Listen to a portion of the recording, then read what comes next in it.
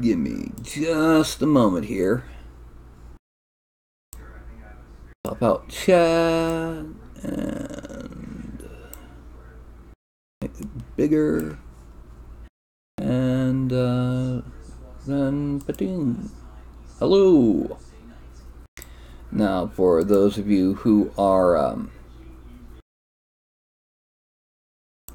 this is your first time, you're watching this after the fact, which is pretty much going to be everybody because, according to this, there's only one person watching now, and that's me.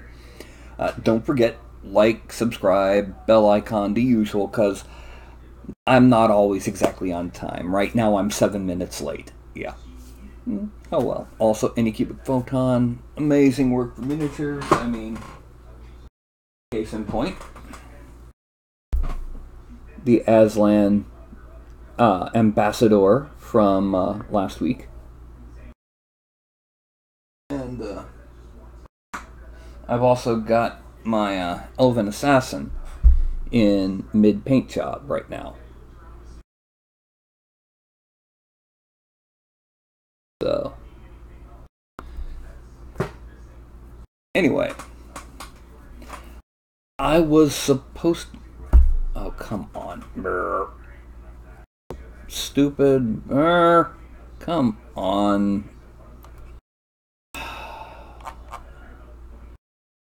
It's blurry. Come on, camera settings. Open up. Dadgummit.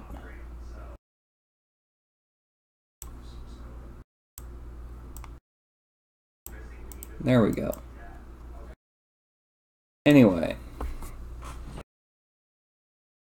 I had someone scheduled for this show today, and they never got in contact with me. So I don't know who they are, because it's the friend of... Basically, the patron was using their free sculpt for a friend. The friend never got in touch with me. I have no idea who it is. I have no idea what they want. No sculpt for this show that I can think of. So, I guess we can do miscellaneous discussion today once we get some people in the chat. This evening I do have a sculpt scheduled. So, yeah. But I thought I'd let y'all know about an idea for a video that I had that I'm probably going to end up doing. I don't know how familiar you are, but the idea is I'm going to get several other sculptors like myself, and we're basically going to discuss how growth as an artist is something you should always be looking at. Whether you're a painter or a sculptor or anything. I've already talked to a few of them. A few of them have said yes. I haven't heard back from some of the other people I've contacted.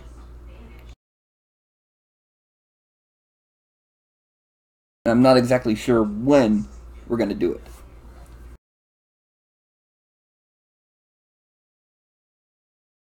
And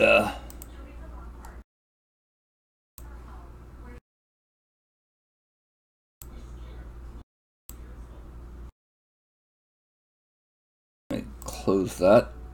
Let me go ahead and double check on Patreon, see if I've gotten any messages back.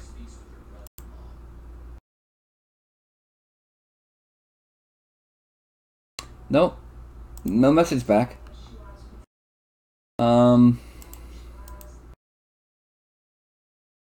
Yeah. And I'll be honest, I had a migraine this morning, so I was not. I'm not exactly in a really good state of thinking right now. I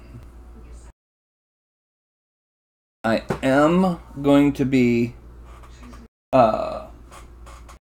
doing something today. I'm not sure what, but I'm going to do something.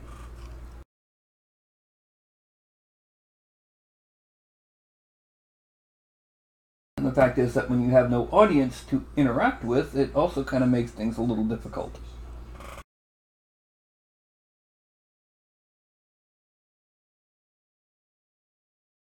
So, yeah. me go ahead and just...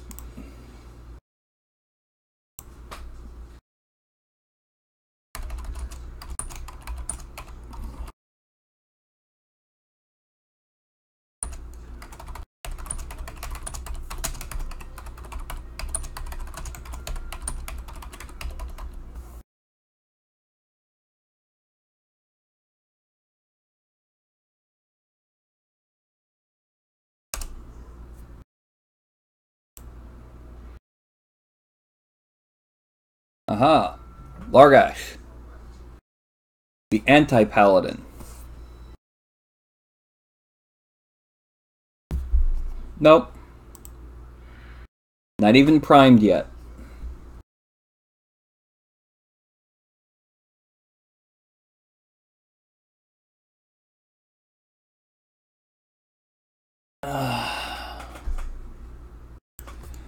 No painting screen. Those have to be prepped in advance.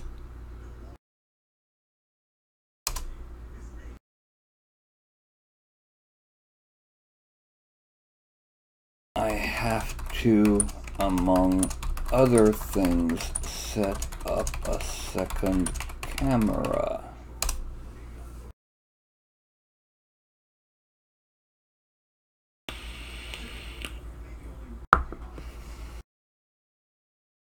I'm also trying to get used to the new paints. You know.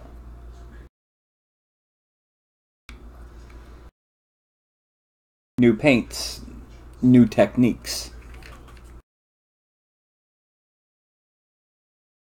Oh no. I'm gonna type it while I say it for Largash. I've had to trash and start over 3 times now because the architecture is so different from what I'm used to. Hello, Omerta!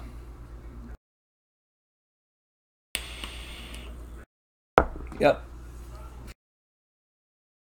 I mean, what I've got a nice chunk of game color and Vallejo. That, standard techniques.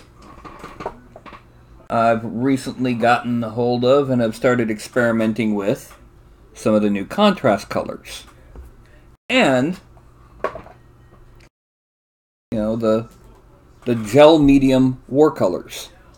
These take slightly different techniques, and they don't mix well.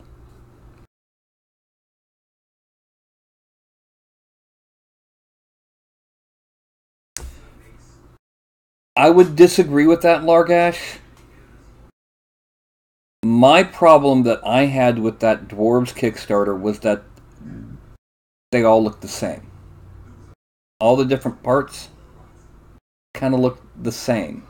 They didn't have as much different as I tried to put in there.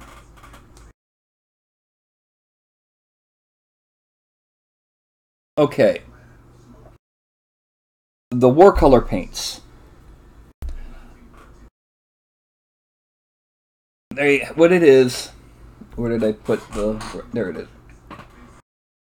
Vallejo, Citadel, and Army Painter, and P3, and several other different, more common paint brands use a standard acrylic medium.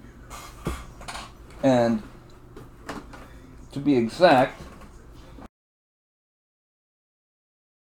this is pretty much the medium that those paints use. It may not be Golden brand, but it's this type of medium. It's, it's a translucent matte medium. Ralph.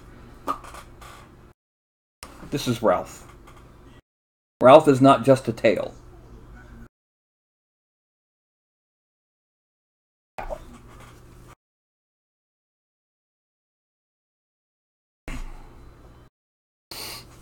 Anyway, Watercolors uses a water-based gelatin medium. It's a gel. What the end result of that is that its translucent colors, instead of being like looking through a cloudy lens or through a thin cloth laid over it, it's like a sheet of glass, colored glass. Ralph, what are you doing?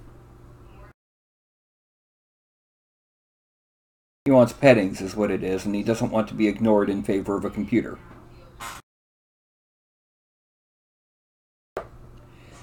Now, where did I put it? The contrast paint. Now, you've not heard of the contrast paints from Citadel? Thieves? Let me get something.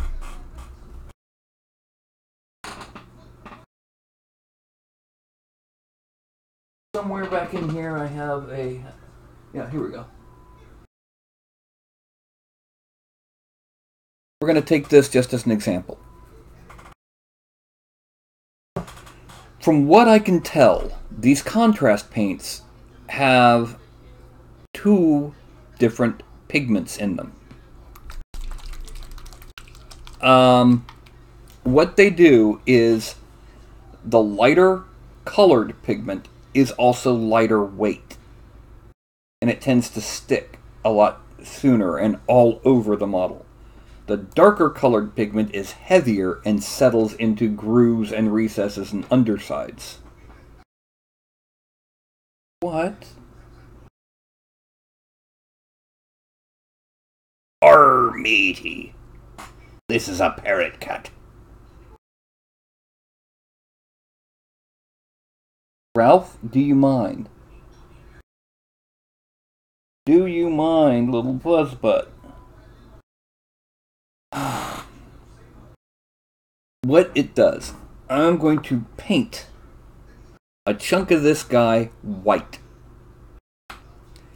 When it's dry, after we discuss this, get off my shoulder, fuzzbutt. I need to be able to reach over here.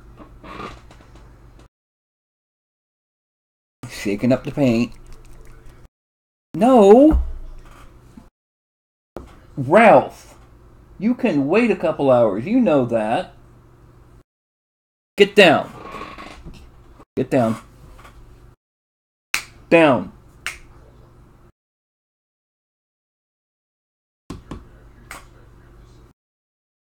Go. You know better. Go.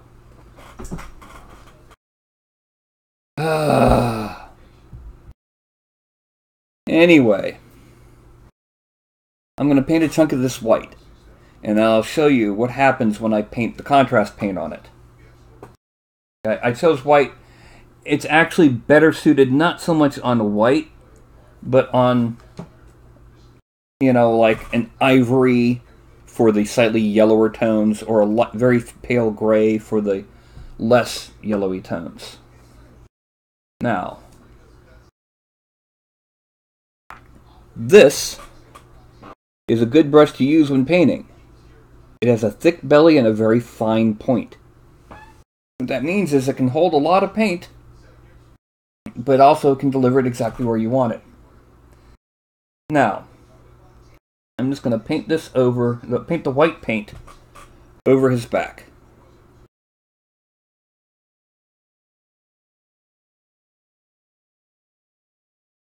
Okay.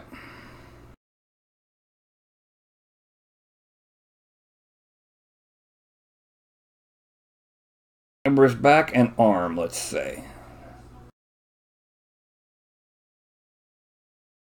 You're going to have at least 2 coats because, you know, you always want to be using thin down paint.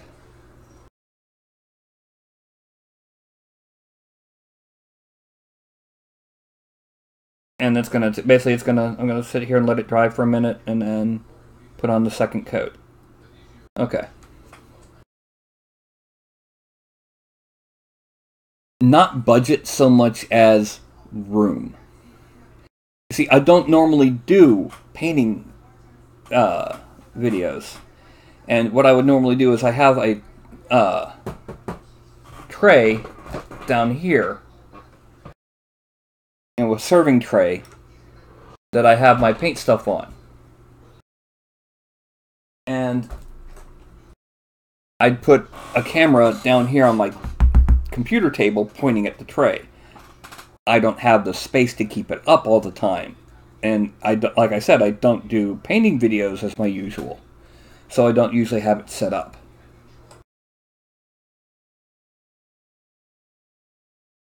I mean, there's 50,000 painters out there, and most of them are better than me at painting. Now, this contrast paint is Basilicanum Gray. It's a dark gray.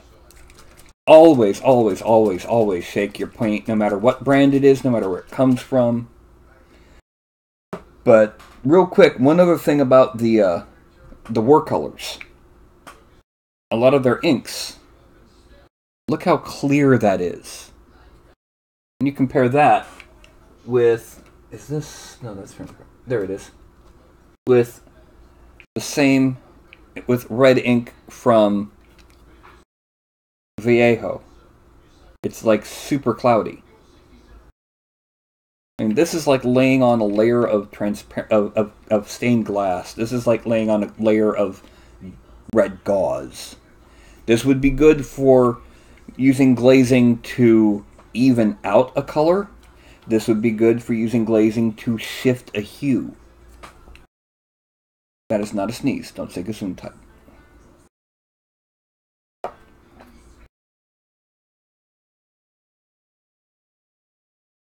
I also have a really bright light over here. I have a well, you can't see it. It's basically, it's a desk lamp that has a 3-level touch the base switch, and still needs to dry. One thing is, you have to make absolutely certain the paint is dry before you apply this stuff.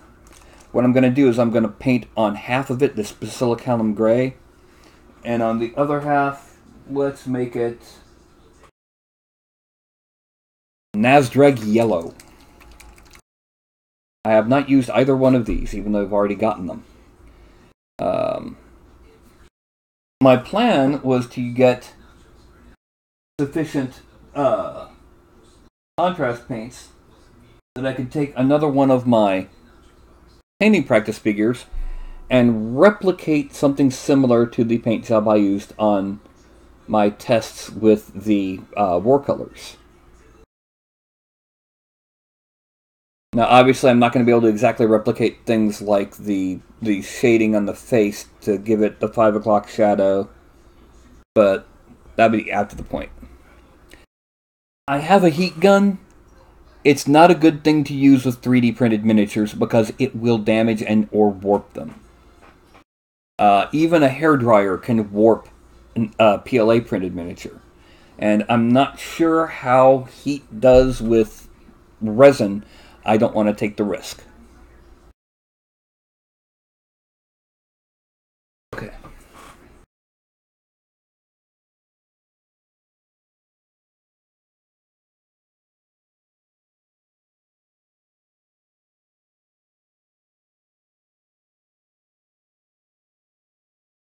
But yeah, it's not a good idea to use a heat gun on a PLA miniature, especially.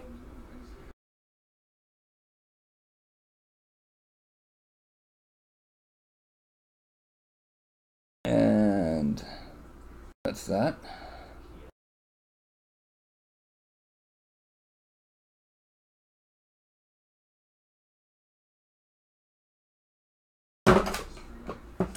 Okay, and then rinse this out.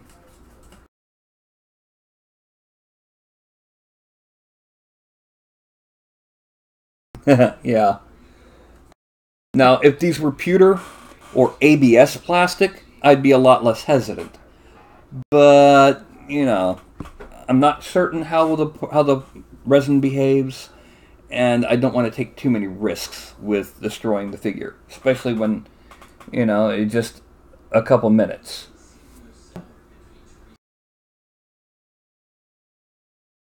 Meanwhile, I made a big goof the other day. I went and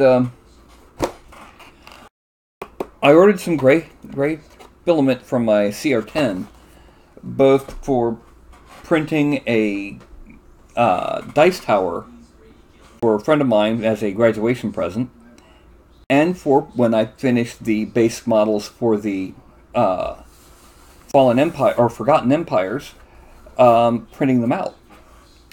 But I hit the wrong button on Amazon, and 2 spools of flexible filament showed up at my door. Oops.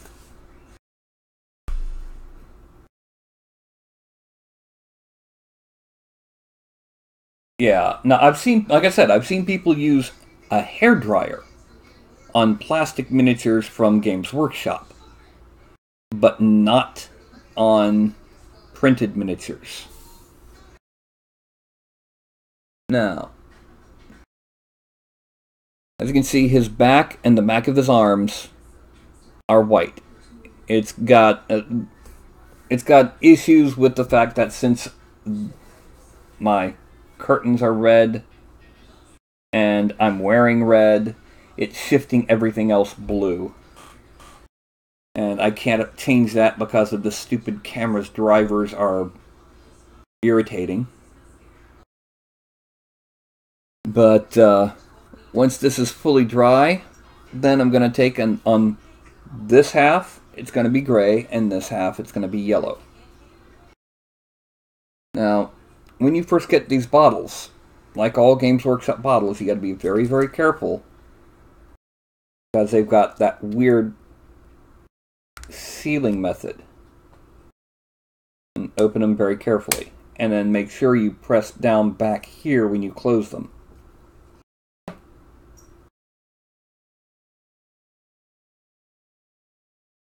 The problem with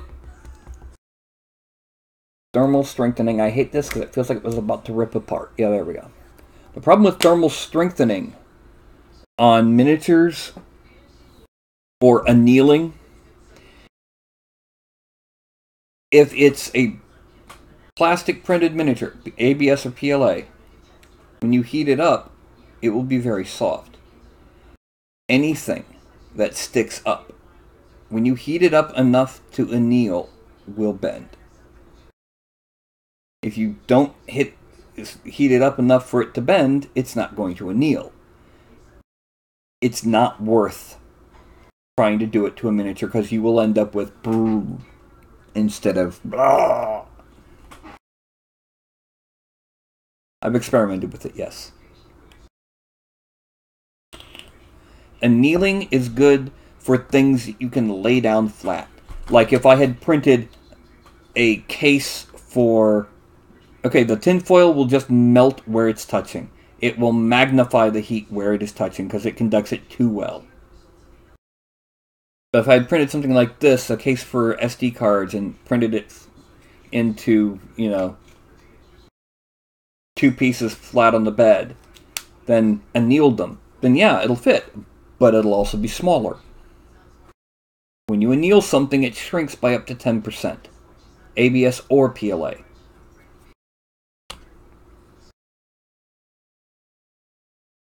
Okay, it's pretty much done now.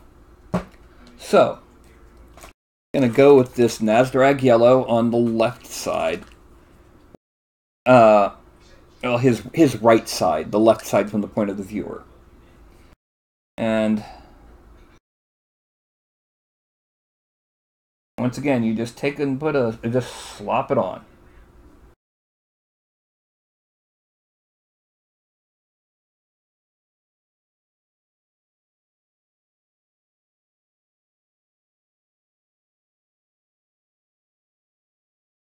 This Nazdrag yellow is a good, like a yellow brown, or like a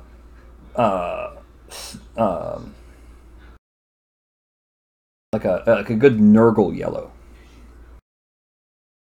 There's a Yandan yellow, which has more of a yellow-orange look to it. And then the basilicon gray is a medium dark gray, as opposed to, you know, the other grays, which are very light grays, and then there's the black and the white.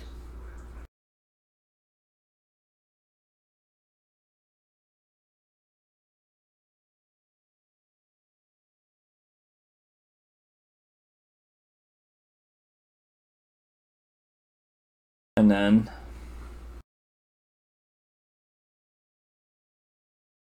there you can see it. It's got that yellow tint on the surfaces, and it's brown in the middle.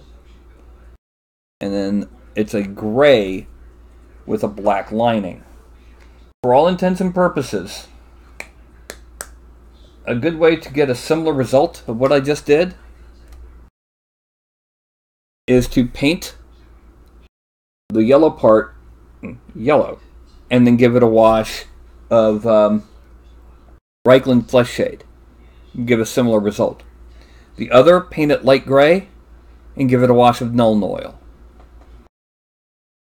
For all intents and purposes, it does not replace any ability or skill. What it does is it allows for a more rapid application of base color and wash.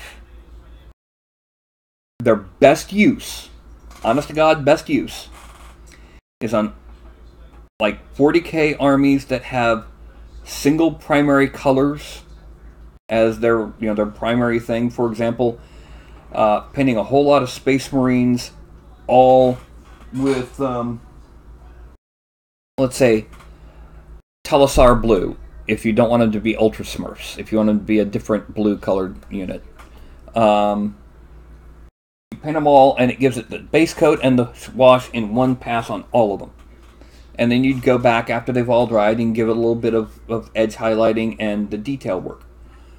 Tau, you can do that with Tau. You can do it with heck, you could do it with Tyranids. Use two different ones. You'd have, like, say, your Nazdrag yellow flesh with the Telesar blue outer shells, and you just make sure to blend it a little bit where the two meet, and you got them all. And then go back in and detail things like eyes and claws.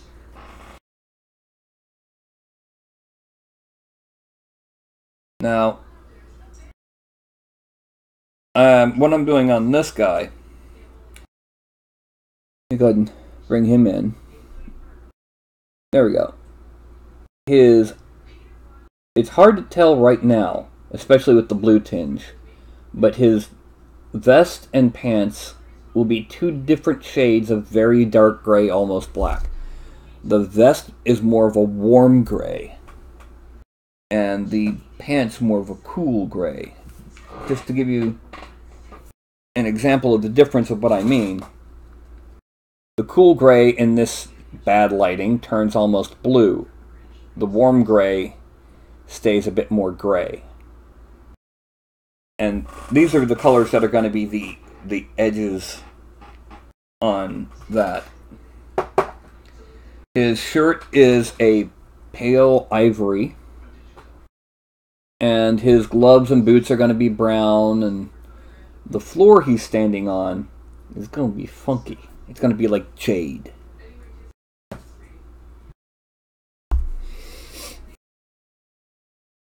Hello, Board Trouble!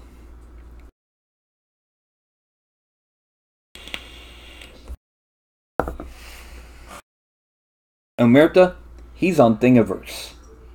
I put him up there Tuesday night. Or Thursday morning. Well, this isn't the base. This is a base plus a shade. The skin is done. The shirt is done. It's just that this camera doesn't like keeping a constant yellow, keeping a constant white point. So with having red light coming in this way, we can do this, and it'll be a little bit easier to see the actual color of the shirt and the difference between the pants and the vest. You can see it a little bit better now. But then I bring the red back in, and everything turns blue.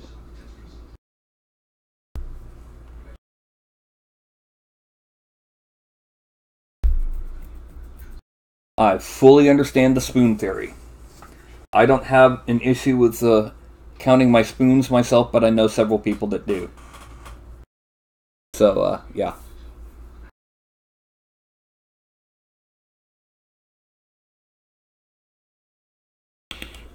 Now, today's show, this show, there's really not going to be a sculpt, because the person they had scheduled for right now never replied. It was a situation where the patron didn't want the sculpt. They got they were patronizing me, so a friend of theirs could get the sculpt, and the friend never contacted me. This morning I tried saying, hello, is your friend gonna be on? Because they said they were gonna be here today. I don't even know what they want, and I like to know it ahead of time, at the very least, so I can title the show properly. Now tonight I do have a patron scheduled, and I have talked to them. They are going to be ready to go. I know I have at least one other patron who wants a female gnome drunken master monk. I had this mental image of this female gnome kicked back, drinking with her foot kicked up in the air in a axe kick. Urgh. Meanwhile, I'm going to be doing a lot more Tuesdays and Thursdays, a lot more player character miniatures. And why, do you ask? Why, I shall tell you, because we're starting a new campaign on the Saturday game. And it blurred out again. I hate that stupid camera at times. They dumbed down. Okay, and there, right as soon as I turn.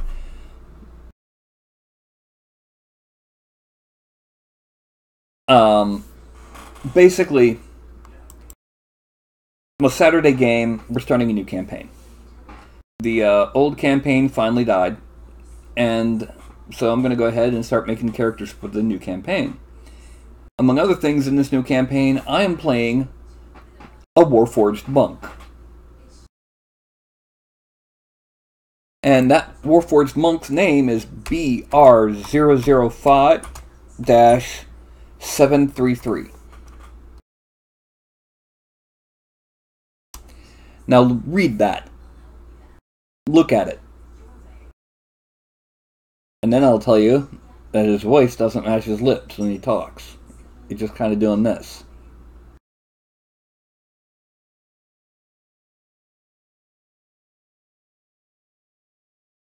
He also has a whole lot of, cookie cutter koans. Just random wisdom to throw out.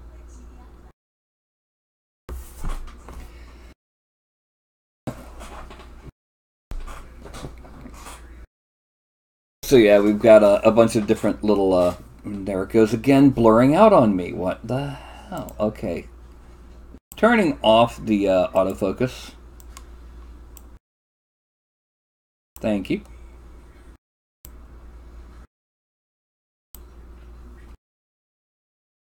The biggest reasons campaigns die.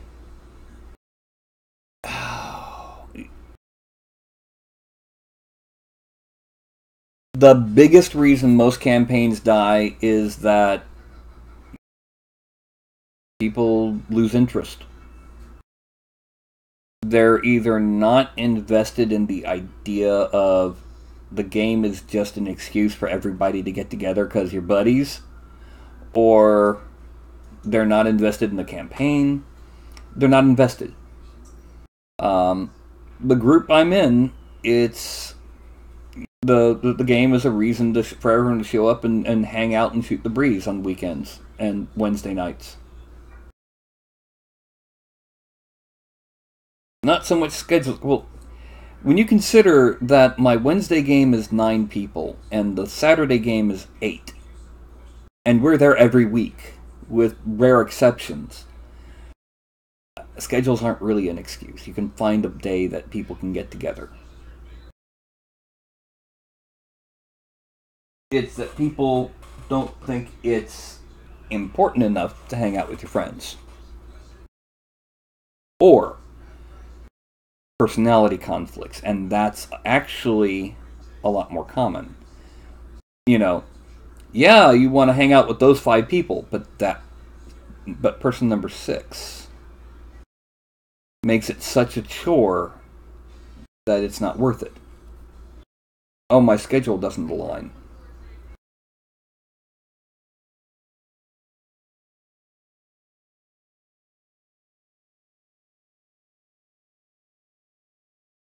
That's been my experience. Then again, most of my friends are also tend to be artist types and or weird schedule types. So, yeah.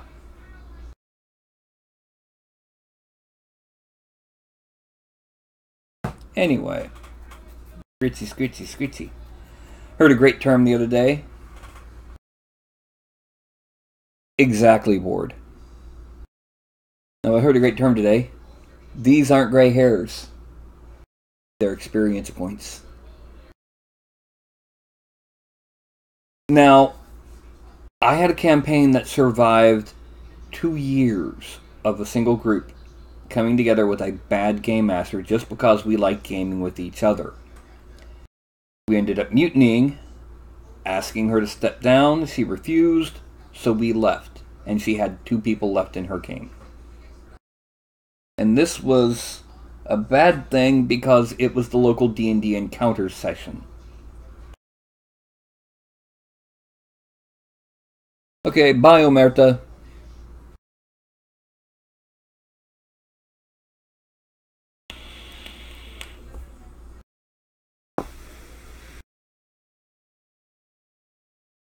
The single biggest crime a game master can commit is not listening to their players as to what kind of game they want to play and whether or not they are having fun playing it as the game master is running it. I mean, one of the hardest systems to run by the book, and that's another thing, by the book is always different than off the cuff, but one of the hardest systems to run by the book is an old system. It's been around since the early 80s, and maybe a little bit earlier than that, called Rollmaster by Iron Crown Enterprises.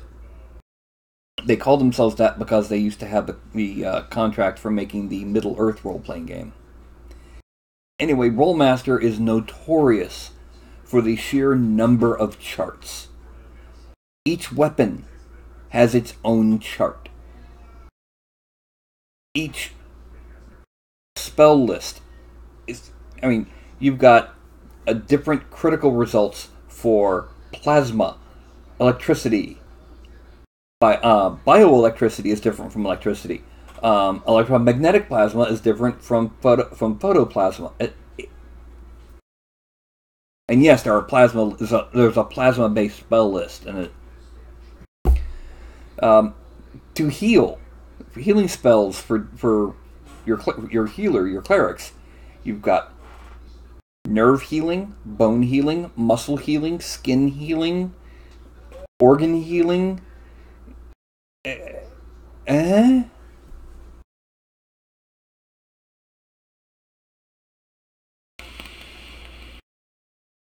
Exactly. But in Rollmaster, so many charts. The typical group of 4 players against 6 orcs with the average game master can take an entire 4 to 5 hour session for one combat. But I knew a girl who could run that game so well and so bang bang bang that it took about the same amount of time as D&D 3.5. Part of it was that she had photocopied all the charts and put them into a binder with tabs, and she could instantly go bang bang this chart, bang bang that chart, bang, bang, that chart. And part of it was that she also knew the charts. I had a discussion about this a while back. There are different kinds of games, different kinds of role-playing game rule sets, I should say. One of the big axes, there's different axes. It's like a four-dimensional spectrum. You've got your simulationist games, where you're trying to simulate reality. And then you get your cinematic games, where you're trying to simulate what you see in action movies and comic books. Then you've got simple and complex. Rollmaster is middle-of-the-ground simulation and realism, but it's top-end spectrum on complexity. On the other hand, almost all of the very simple games also tend to be down here in this corner, be simple and cinematic. Most editions of D&D are kind of square in the middle for both of them. They're not really cinematic because there's a lot of slog, especially at higher levels. And they're not really simulationist because, that party fighter didn't want to fight the dragon because the dragon can kill him, so he jumps off the 1,000-foot cliff, stands up, brushes himself off, and walks away.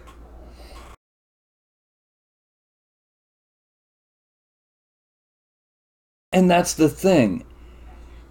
If you've got a party that can stay invested in what their party members are doing, a large party can be easy to handle.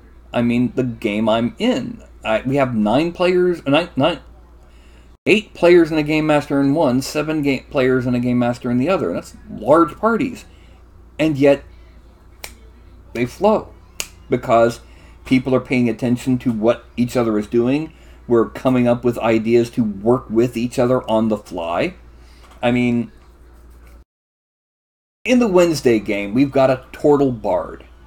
That's the one that I made the miniature for several months back, of the turtle dancing with the Samson on her back. She's a monk bard. We have a wizard, and we have a barbarian with high strength. The wizard, the turtle, casts levitate with her, monk instrument of the bards. The barbarian then gives her a hard shove, give her a whole lot of momentum. And in mid-shove, the wizard casts enlarge, so that she goes from 500 pounds to 2 tons, traveling at that speed. Wooden doors don't like it. But yeah, pace is based on complexity and how well the game master knows the system. I mean, have you ever heard of Twerps? The world's easiest role-playing system. Twerps.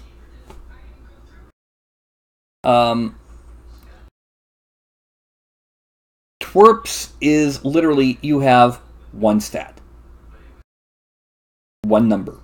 For all intents and purposes, that's your character level, that's the rank in your skills and your stats. And what it is you tell the game master what your concept is. Game master decides whether or not you get to add in your number to a roll. If you do, you roll your number, add your die. Roll your die, add your number. You don't, just roll the die.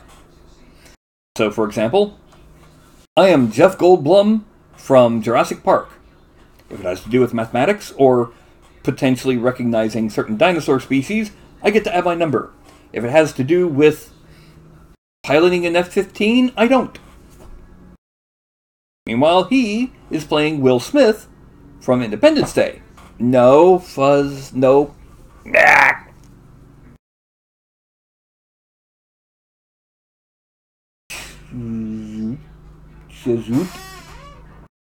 So, if it has to do with flying an F-15, he can do it. It has to do with recognizing aliens, he might be able to do it. That's twerps. There's any number of in-betweens between twerps and Rollmaster. And then there's game systems that forget crucial parts of their systems. including one of the longest-lived and most famous game systems of them all, the Palladium game system, with, Rifts as their flagship. They have yet, in any version of their game, to provide rules on why or when to make your skill checks.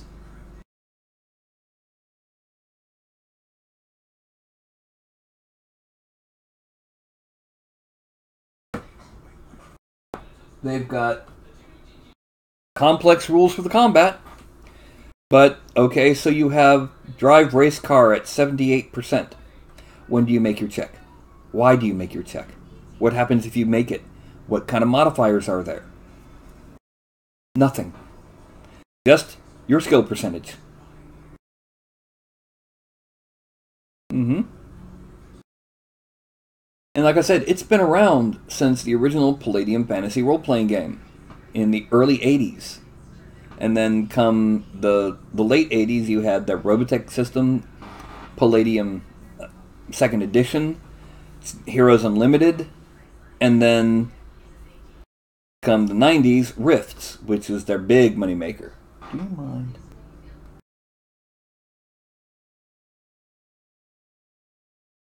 Dungeons & Dragons 4th Edition was a blend of tabletop wargame and MMO. And it had a big problem in that it lost flavor. By the time you're 15th, 16th level, everyone has something that lets them teleport 15 to 30 feet. Everyone has something that lets them move an enemy 10 feet. Everyone has something that lets them move an attack. Everyone has something that lets them dodge a single... there's no flavor left. Everyone has the same abilities with different names. And it's just... No.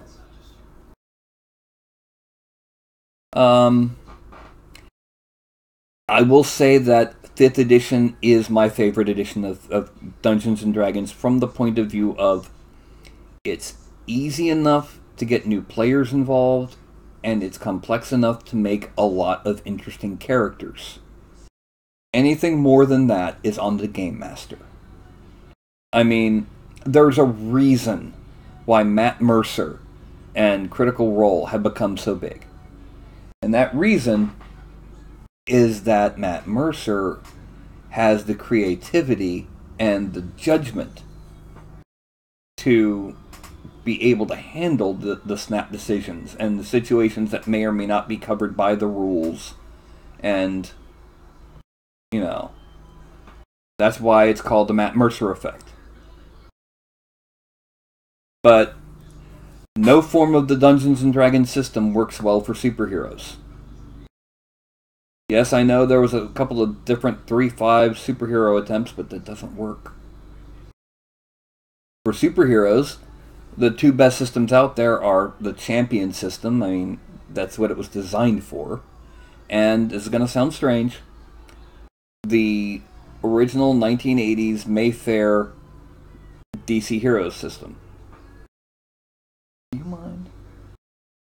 Anyway, because they both not only capture the different styles of play for different superheroes, but they also did so, and they captured these cinematic storytelling methods of superhero comic books.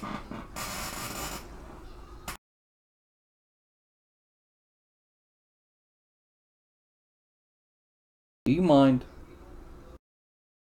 Ralph? I gotta get up here so I can read.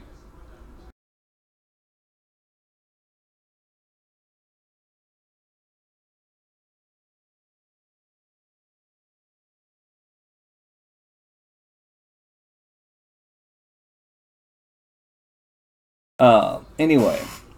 No, I said I had influence from White Dwarf, and that was in my painting and the sculpting. Damn fuzz bucket! Fuzzball!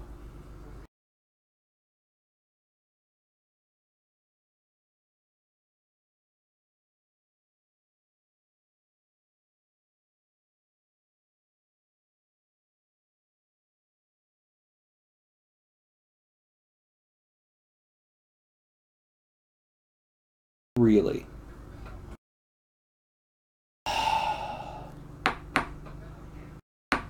Come on. Down.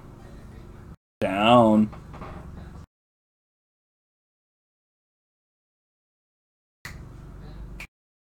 Yes. Go down.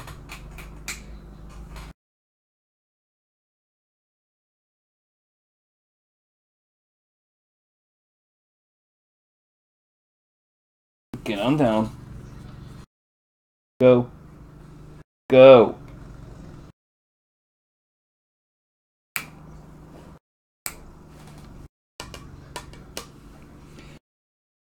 Oh, hold on a sec.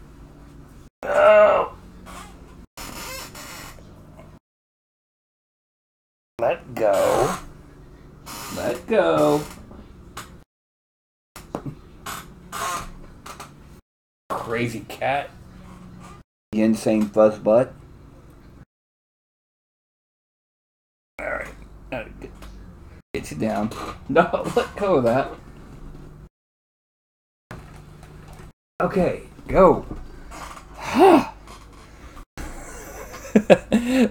They do, really.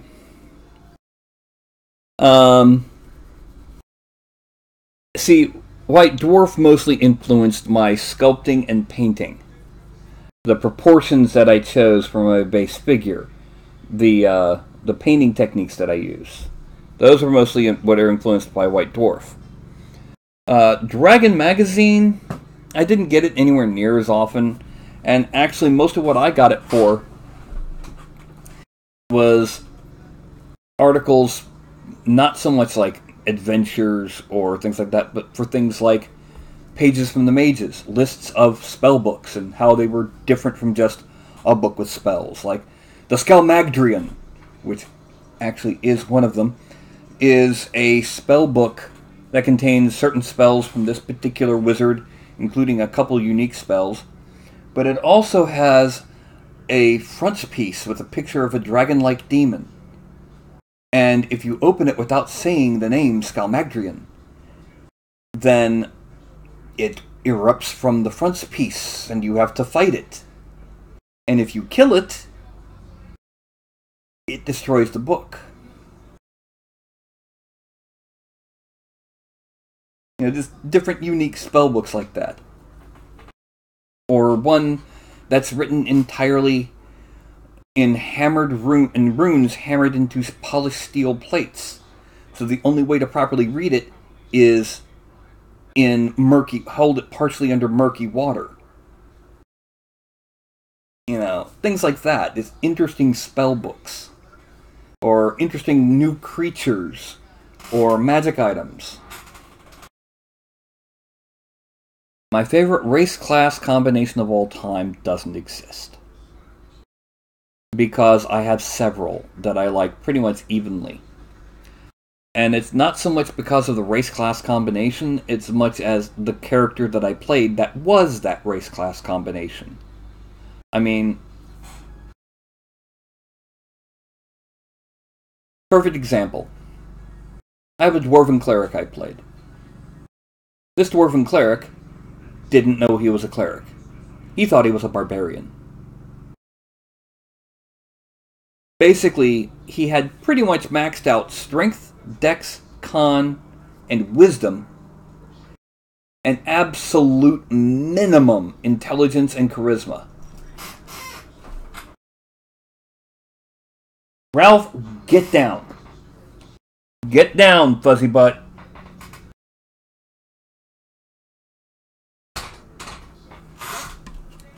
Get down. Scritch, scritch. No, that doesn't mean get on my shoulder. That means get down.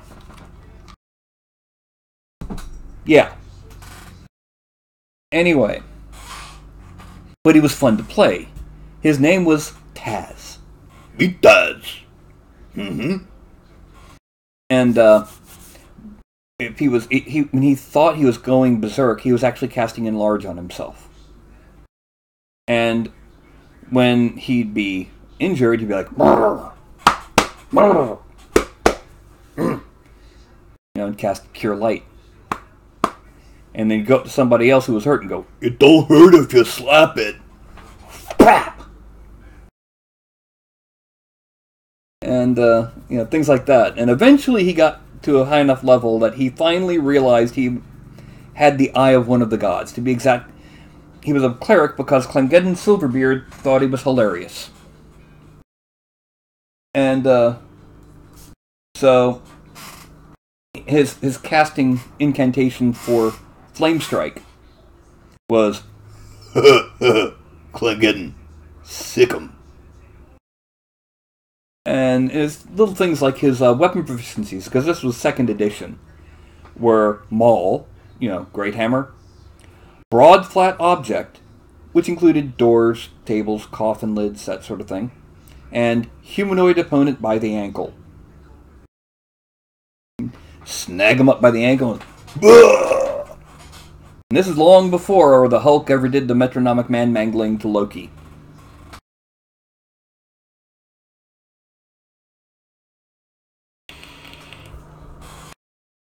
And see, that's a bad game master. One of the key things that everyone forgets, even in 1st edition, in the Dungeon Master's Guide, it specifically says, if a paladin ever has to choose between law and good, they should choose good every time and not be penalized for it. And if you did not commit an evil or chaotic act of your own free will, with knowledge and a forethought, it is not an evil or chaotic act.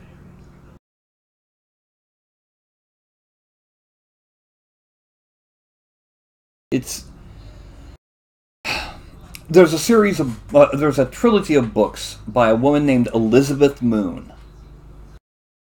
And the name of the series of books, I'm going to type it into the chat as well, so in case you want to look these up, it's called The Deed of Paxenarian.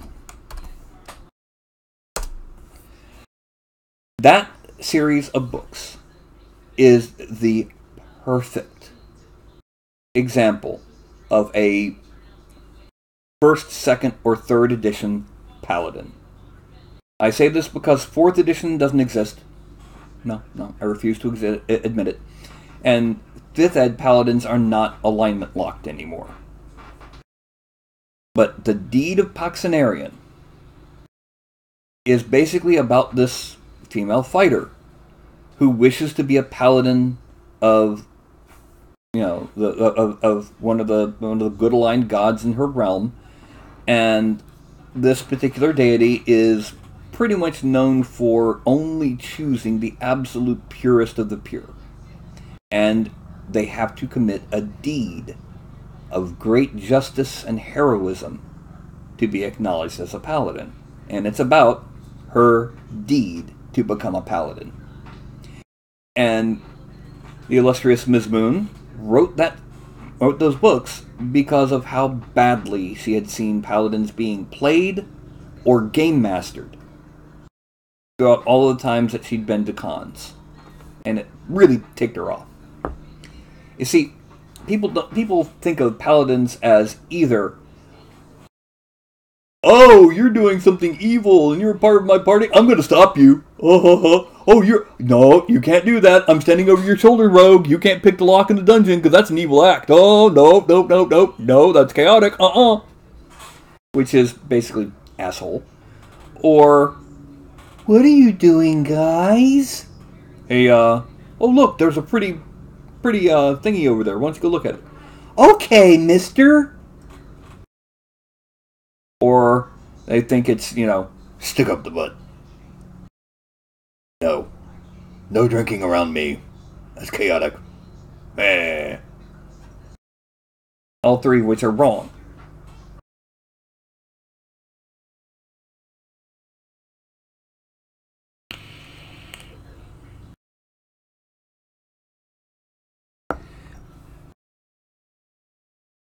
About the only alignment that the only alignments I do not allow as player characters in a mixed alignment party neutral, and chaotic evil.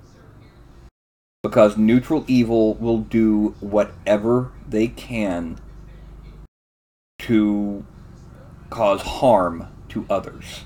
That they are evil above all else, and since most people don't see themselves as evil, that means they will cause harm, they will shoot, they will kill somebody just for the sake of killing them. And chaotic evil is myself above all others, especially if I'm giving everybody else grief. There's no other definition. Chaotic neutral is hard to play right. Chaotic neutral is not insane. Chaotic neutral is myself before all else. I don't necessarily want to kill, but I will if I have to.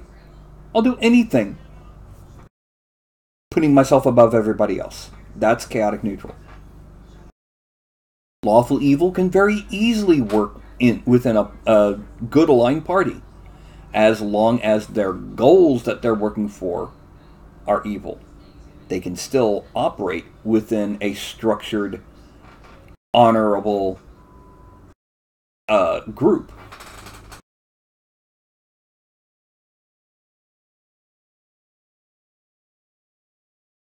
And see, most people don't understand what evil really is. A lot of people that I know think that chaotic evil is just running around doing crazy things. No. Chaotic evil is the Joker.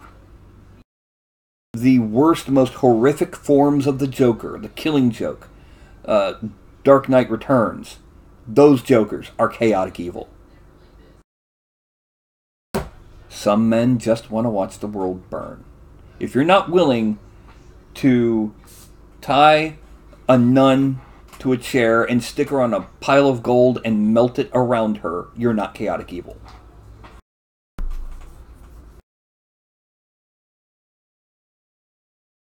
But yeah, chaotic neutral and chaotic evil are hard to work into a party, and neutral evil is hard to work into a good party. Chaotic evil is absolute. Unless I'm playing an evil campaign, chaotic evil is just right out. And even then, I tend to prefer, if I'm going to play an evil campaign, I prefer lawful evil. It's easier to work with a group.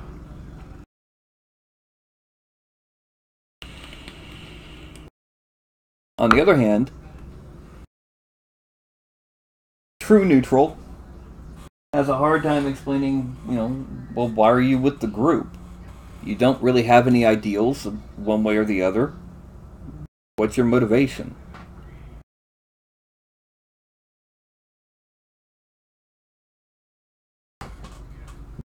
But also, I will say this. I would 1,000 times over allow a chaotic neutral player in my party over an edgelord who wants to be the loner.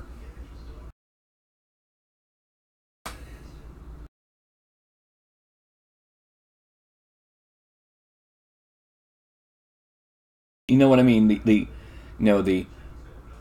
I sit by myself in the tavern with my back to the wall. I don't say anything to anybody. I'm an edgelord. Okay, the group's gonna go over here. I'm gonna go over there. Really? Okay, you're walking right into the orc camp. I know. I'm gonna kill them all.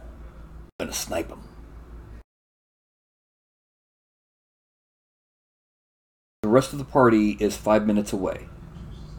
That's 50 combat rounds. I know. I can do it. Okay. I shoot the first orc. Arrow hits him. He goes, "Oi, what was that? That hurts! Oi, look at that! It's a Yumi! Let's get him, guys! Hey man, what are you doing? Why are you having them all attack me?" You're shooting them? I kind of guessed what you were saying. Chaotic neutral is also for the players who want to be crazy and think that's what chaotic neutral is. I don't know if you ever played the White Wolf games, but in White Wolf's Vampire the Masquerade, one of the clans of vampires were Malkavians. Now, Malkavians all had at least one psychological disorder. This meant things like extreme OCD, or PTSD under a given circumstance. People played it as Looney Tunes, and it really made it annoying. So, when played properly, a Malkavian is an interesting character in the campaign. I once did a LARP at a local con with a friend of mine and his girlfriend. As the three of us were the only members of this organization within the vampires called the Sabbat, who the Sabbat are evil. And then everyone else was part of the Camarilla. Well, everyone was expecting the fact that we were a Ventru and two Malkavians, that the Malkavians would be like, crazy! And so we pretended to be crazy!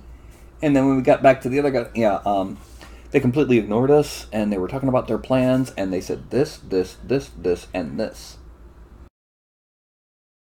Because they never triggered our actual psychological issues. And the other girl, her only issue was that she had a delusion that she believed she was a nun.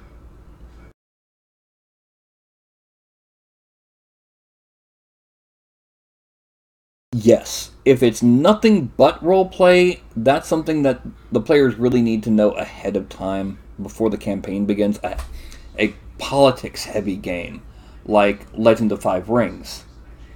Really, yes, there's combat in Legend of Five Rings, but it's a very clunky combat system. On the other hand, nothing but combat. Why aren't you just breaking out the board games and playing Dungeon or Hero Quest?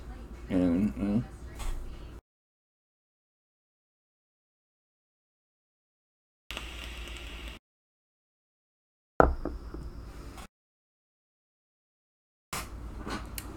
I mean, case in point, MMOs. Most MMOs out there, especially the free MMOs, it's your first quest is okay. Go get me 10 bear noses. Only those bears in that area right there. You go, kill 10 bears, come back, hand them 10 bear noses. Okay, now I need 15 boar tusks. Only those boars right there, and that's pretty much the entirety of the game. But then when you look at games like World of Warcraft, Final Fantasy 15 or 14 or whatever one it was that was the MMO, Elder Scrolls Online, the current top 3 MMOs by player base. And almost all of their missions are story-based. In Elder Scrolls Online, which is the one I played the most, out of over 14 to 1,500 missions in the game, there were less than 10 where it was kill X number of Y enemy. And those are usually for story reasons, like to charge up this weapon that you're using over here. And then it went straight into more story. So, there's a reason why a lot of MMOs last for a year, and that's because they're grind fest with no story, no roleplay in with their hack and slash.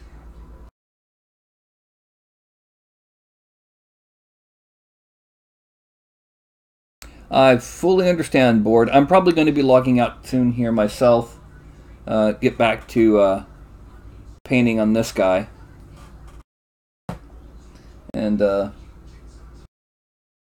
tonight I do have a good scheduled sculpt, but let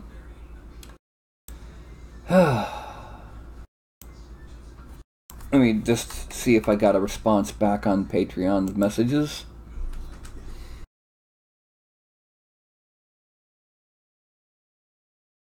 Okay. So apparently, tonight will be Shin 701, an arcane archer. Um,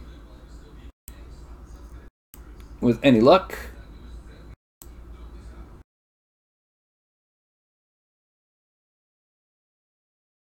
you know, who is this?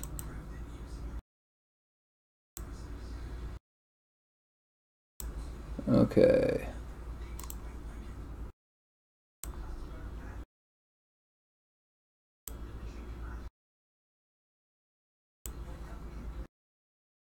Yeah, with any luck, Shin 701 will have an interesting variant on his arcane archer. Now, I'll put as much detail as I can into that bow.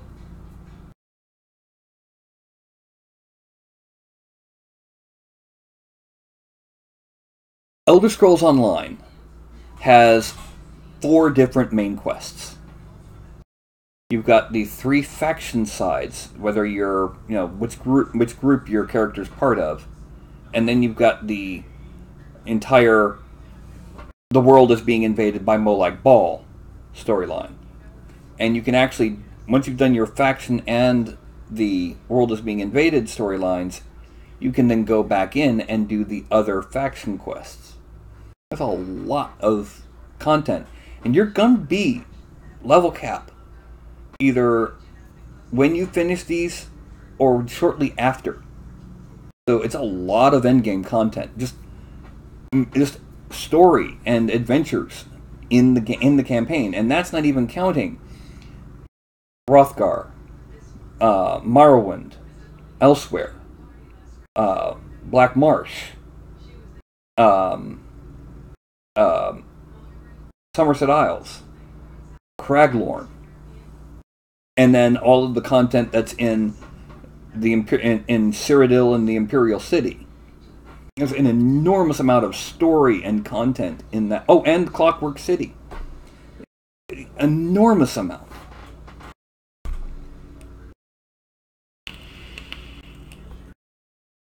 Then again, it's Elder Scrolls. And yes, there's Assassin's Guild, Mages Guild, Fighters Guild, Thieves Guild storylines. Just compared it to something like Slife or other games like that, and it's just positively ridiculous how much story there is for an MMO. Well,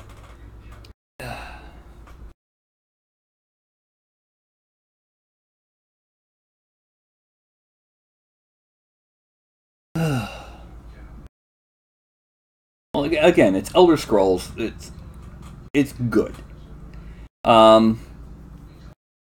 As usual, your character begins the campaign escaping from being in prison, depending on whether you are using the main starting point, the Morrowind starting point, the Somerset Isles starting point, etc.